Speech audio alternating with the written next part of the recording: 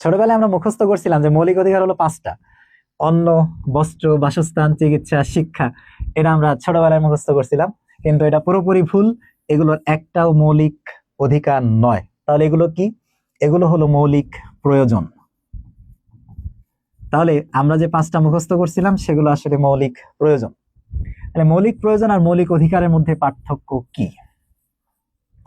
পার্থক্যের জায়গাটা হলো, মৌলিক প্রয়োজনগুলো প্রদানের ক্ষেত্রে রাষ্ট্র কোনো নিশ্চয়তা দেয় না।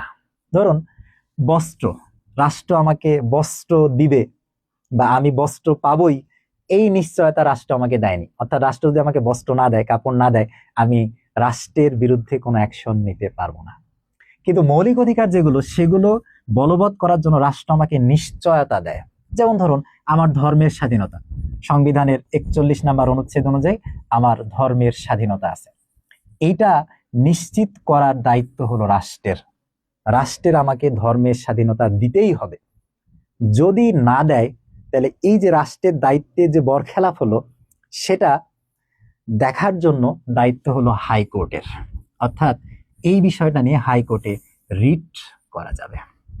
তাহলে পার্থক্যের জায়গা হচ্ছে, মৌলিক প্রয়োজন মেটানোর জন্য রাষ্ট্র কোনো নিশ্চয়তা দেয় না, মৌলিক অধিকারের ক্ষেত্রে রাষ্ট্র নিশ্চয়তা দেয়, এবং সেটা ঠিক মতো পূরণ হচ্ছে কিনা না হলে হাইকোর্টে রিট করার সুযোগ থাকে।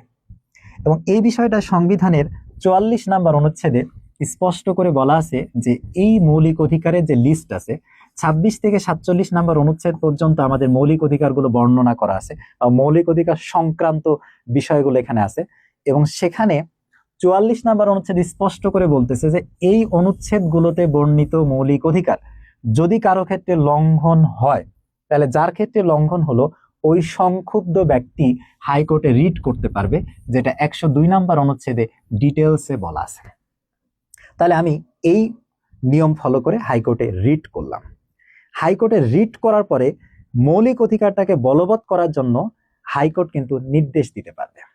তো হাইকোর্ট কি কি নির্দেশ দিতে পারে সেগুলো হিসেবে আমরা রিটের 5টা টাইপ জানি। তাহলে 5 রকমের নির্দেশ বা 5 রকমের কাজ করতে হাইকোর্ট একটা নির্দেশনা দিতে পারে। সেই হিসেবে আমরা বলি রিট হলো 5 প্রকার। তাহলে রিট হলো 5 প্রকার। প্রথমত হলো হ্যাবিয়াস কর্পাস, খুবই বিখ্যাত একটা টার্ম, এটা আপনারা বিভিন্ন জায়গায় লেখা দেখবেন, হ্যাবিয়াস কর্পাস। হ্যাবিয়াস কর্পাস মানে হলো, যদি কাউকে বেআইনিভাবে আটক করা হয়, সেক্ষেত্রে হাইকোর্ট নির্দেশ দেয় যে ওই ব্যক্তিকে আদালতের সামনে হাজির করো এবং হাজির করে তাকে গ্রেপ্তারের কারণ জানাও, যে কেন গ্রেপ্তার করা হলো।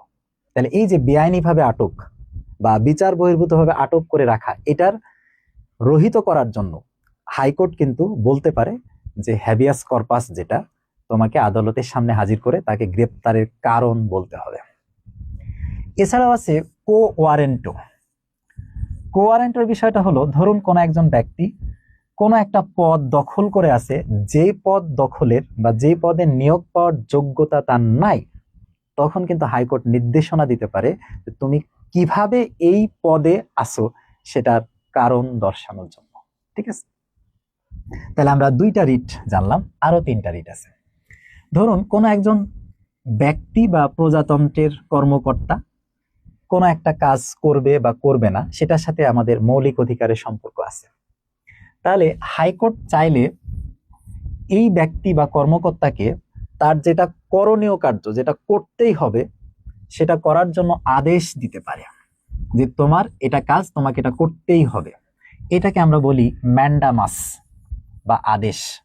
অর্থাৎ ওই কর্তৃপক্ষকে এই কাজটা করতে হবে, যেটাকে আমরা বলি রিট ম্যান্ডামাস।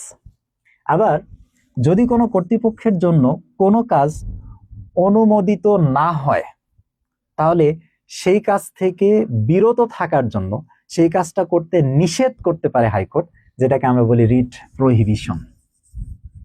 তাহলে হাইকোর্ট চাইলে আদেশও দিতে পারে, হাইকোর্ট চাইলে নিষেধও করতে পারে, যেটাকে আমরা বলি প্রহিবিশন। আরো একটা ব্যাপার, যদি নিষিদ্ধ কাজ কিন্তু যদি করে ফেলে, অলরেডি করে ফেলছে, তখন হাইকোর্ট চাইলে সেটাকে বাতিল ঘোষণা করতে পারে। এই যে বাতিল ঘোষণা করলো, সেটাকে আমরা বলি সার্সিও রারি বা উৎপ্রেষণ রিট। তাহলে এইরকম ভাবে 5 প্রকার রিটের মাধ্যমে আমাদের মৌলিক অধিকারগুলোকে বলবৎ করতে পারে হাইকোর্ট। এন্ড প্রশ্ন হলো, হাইকোর্ট কি সব ক্ষেত্রে এরকম নির্দেশনা দিতে পারে? উত্তর হলো না, হাইকোর্টেরও কিন্তু এখানে কিছু সীমাবদ্ধতা আছে। যেমন ধরুন 47 অনুচ্ছেদের 3 দফায় এবং 47 ক অনুচ্ছেদে কিছু বিষয় আছে যেগুলো আন্তর্জাতিক আইনের অধীনে অপরাধ, যেমন যুদ্ধ অপরাধ, মানবতা বিরোধী অপরাধ, গণহত্যা।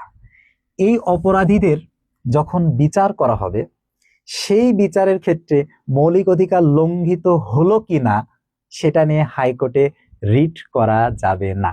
তার মানে এই জায়গাটাতে হাইকোর্টের কোনো এখতিয়ার নাই।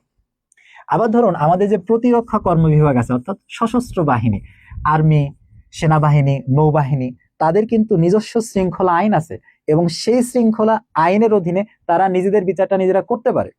ওই বিচারের ক্ষেত্রেও কিন্তু হাইকোর্ট কোনো রিট জারি করতে পারবে না। আবার আমাদের যারা সরকারি কর্মচারী আছে, সরকারি কর্মচারীদের চাকরি সংক্রান্ত যে ঝামেলাগুলো, সেগুলোর যে বিচার হয় 117 নাম্বার অনুচ্ছেদের প্রশাসনিক ট্রাইব্যুনালের মাধ্যমে, এই প্রশাসনিক ট্রাইব্যুনালের যে জায়গাগুলো আছে সেই জায়গাগুলোতেও কিন্তু হাইকোর্টের এই রিট করার ক্ষমতা থাকে না। আরো একটা জায়গা আছে, সেটা হলো যেগুলো সরকারি উন্নয়ন কর্মকাণ্ড চলতেছে এবং হাইকোর্ট যদি ওখানে হস্তক্ষেপ করে বা ওখানে কোনো রিট জারি করে, তাহলে ওই উন্নয়ন কর্মকাণ্ডে বাধা হতে পারে। এরকম সম্ভাবনা যদি থাকে, তাহলে হাইকোর্ট সরাসরি সেখানে কোনো নির্দেশ দিতে পারবে না।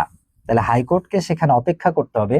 অ্যাটর্নি জেনারেল যিনি আছেন, অ্যাটর্নি জেনারেলকে বক্তব্য প্রকাশের সুযোগ দিতে হবে। অ্যাটর্নি জেনারেল তার দিক থেকে রাষ্ট্রের বিষয়টা, নির্বাহী বিভাগের বিষয়টা ব্যাখ্যা করবে। ব্যাখ্যা করার আগ পর্যন্ত হাইকোর্ট সেখানে কোনো আদেশ দিতে পারবে না, ব্যাখ্যার পরে চাইলে দিতে পারবে। তাহলে হাইকোর্টেরও কিন্তু কিছু নির্দেশনা আছে। সামারি করে বললে, মৌলিক অধিকারগুলো রাষ্ট্র নিশ্চয়তা দিচ্ছে, রাষ্ট্র যদি পূরণ করতে না পারে তাহলে আমরা হাইকোর্টে আবেদন করলে হাইকোর্ট আমাদের পক্ষে মৌলিক অধিকার সুরক্ষার জন্য 5 ধরনের রিট জারি করতে পারে। তবে কিছু এখানে তাদের কিন্তু সীমাবদ্ধতাও আছে, যেমন 47 অনুচ্ছেদ অনুযায়ী গণহত্যা, মানবতা বিরোধী অপরাধ, সেগুলোতে কিন্তু তারা কোনো আদেশ নির্দেশ দিতে পারে না। ধন্যবাদ সবাইকে।